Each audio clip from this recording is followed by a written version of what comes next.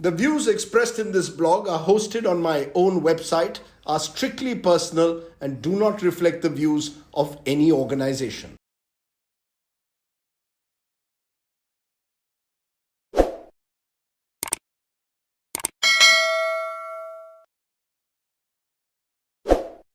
Hello friends, welcome. Namaskar to my weekly video blog Straight Bat, where as the title suggests, I comment with a straight bat. Now, in the last week, the Rahul Gandhi led Bharat jodo yatra has been in the news because the yatra has just completed 100 days and counting. Now, we live in an age where Hindi films are declared hits when they complete just a couple of weekends of houseful shows. So to that extent, a yatra completing 100 days from Kanyakumari to Kashmir would seem quite an achievement. Which is why in this era where attention spans are reduced to nanoseconds, I thought we could press the pause button and give you 10 takeaways that I've gleaned from this yatra, which I traveled with for a couple of days in Rajasthan. 10 takeaways in 10 minutes on the Bharat jodo yatra of Rahul Gandhi. Takeaway number 1. Rahul Gandhi is no pappu. You see, for the last several years, the BJP's IT cell has rather successfully caricatured Rahul Gandhi as some kind of an idiot, mocking and ridiculing him at every instance by calling him a pappu. It's an image which has stuck, especially on social media. However, the yatra has shown that Rahul Gandhi, whatever else he may be, is certainly no pappu. Let's be clear, it's no easy task waking up every morning at 4 a.m., hitting the road at 6 a.m., walking 25 kilometers a day, meeting a range of people, connecting with new voices, and speaking fearlessly and frankly about his idea of India. Far from being a pappu, Rahul Gandhi seems to be a determined marathon man. Now, you can disagree with his political views. You can question why, even after so many years in public life, his incorrect use of Hindi grammar, worry at the lack of nuance in some of his observations. But pappu? No, that's an image manufactured by the BJP's internet army. He is, as I said, more of a marathon man in this yatra. Takeaway number 2. Now, Rahul Gandhi is not a pappu, but he is certainly not a Mahatma either. You see, the problem with the Congress ecosystem is that they get carried away too easily. On the yatra, I met a Congress leader who said, "Look at Rahul Gandhi. Doesn't he remind you of Mahatma Gandhi and the Dandi March?" Come on, guys. Give Rahul Gandhi and the Mahatma a break. A little less sycophancy would help. It's one thing to go on a yatra, a rigorous yatra like Rahul Gandhi is doing, but to compare him to the Mahatma? For God's sake now. You see, Rahul Gandhi strikes me as someone who's still trying to discover his true identity in public life with apparent earnestness, if not always successfully. The entitled dynast image cannot be replaced overnight simply by going on this yatra, however rigorous. He seems to be attempting or genuinely attempting at a role reinvention, but let's leave it at that without conferring a halo of a Mahatma on him. Takeaway number 3. Rahul Gandhi has detached himself from party politics. In 2013, Rahul Gandhi had created a bit of a stir in Congress circles when at a Congress gathering he said power is poison.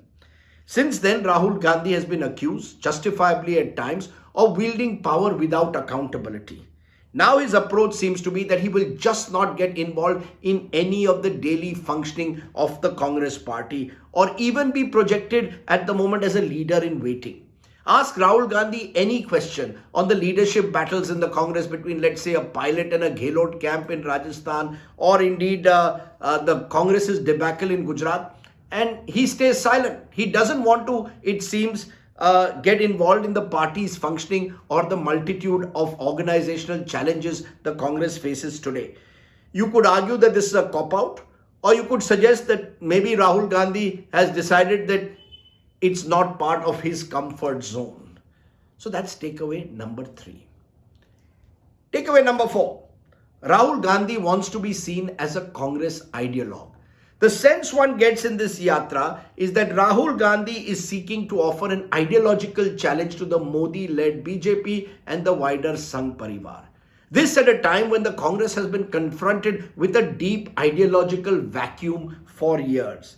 His most thoughtful response in a way on the yatra was when I asked him about how he would judge the success of his yatra through elections or otherwise. And he gave a very detailed response on what he thought was the way he intended to challenge the rise of political Hindutva. If you recall, in the past, Rahul Gandhi has been Janyudhari Hindu one day and the secular soldier the next. That confusion in his own mind, or that of a section of his party, seems to have disappeared. He seems to have decided that he won't compromise with his core beliefs for limited electoral benefit. Takeaway number 5. The Congress's old order has certainly not bought into the Rahul Gandhi way of politics yet.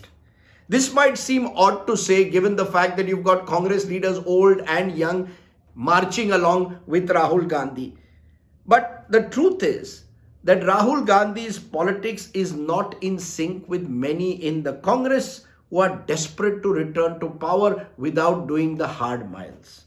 Rahul Gandhi, on the other hand, gives the impression that he is not a man in a hurry, that he is willing to wage a long-term ideological battle against the Sangh Parivar. The Congress, on the other hand, wants a short-term political fix to get back into power at any cost. Takeaway number 6. The yatra has enthused more party workers than it has leaders. Rahul Gandhi has used this yatra to connect with party workers, the rank and file, who, let's be honest, over the years have found Rahul Gandhi and his team almost inaccessible. It's these workers who seem more enthused by the idea of Rahul Gandhi walking amidst them than the leaders. Because the leaders have not recovered from a series of bruising defeats that they have suffered at the hands of the Modi-Shah juggernaut over the last 8 years. As a result, the destructive factionalism at the top in the Congress between various groups cannot be papered over and fixed by this yatra. And that remains a serious concern for the Congress going ahead. Takeaway number 7. A yatra alone is not a ticket to power. You see, one of the more intriguing aspects of this Rahul Gandhi Bharat Jodo Yatra is it seems to have attempted to decouple itself, distance itself from electoral politics. Quite in contrast, let's say, to L.K. Advani's Ram Rath Yatra, where the goal was clear. The BJP was riding this chariot in the hope of becoming a national party of power. When I asked Rahul Gandhi a question on the road to 2024 and his role in the next general elections, he brushed it aside as a distraction.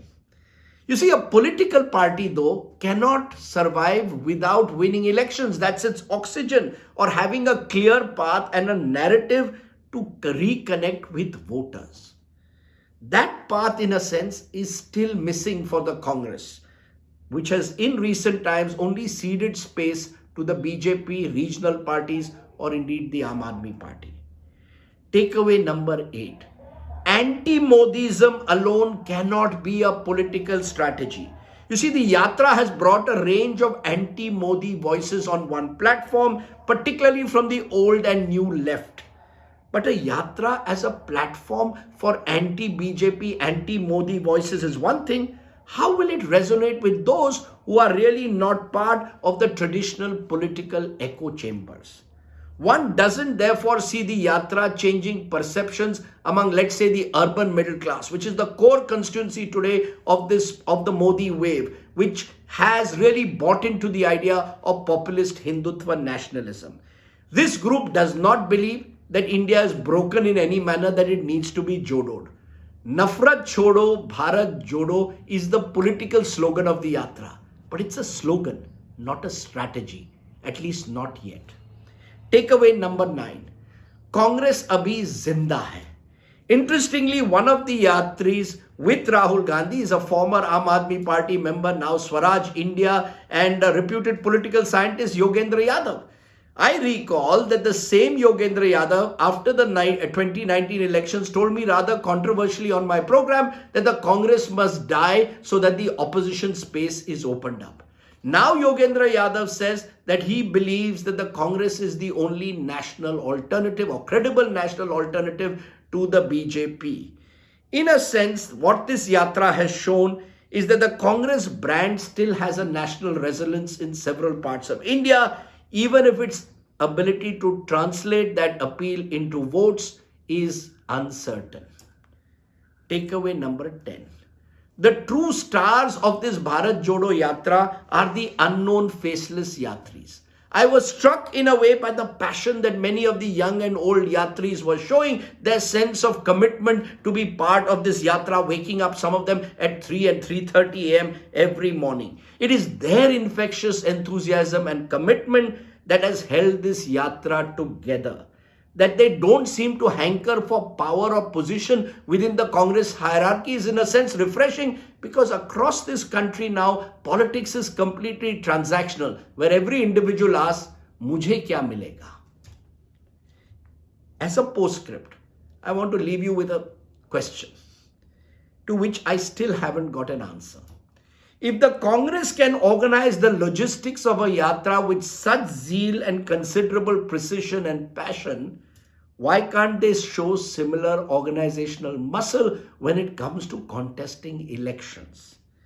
If resources, material and human, can be made available for a Bharat Jodo Yatra, why can it not be made available to make the premier opposition party more competitive, give us a robust opposition? Think about it. That was the Straight Bat. Do of course subscribe to my YouTube channel for many more such videos. For now, stay well, stay safe. Jai Hind, Namaskar, Merry Christmas.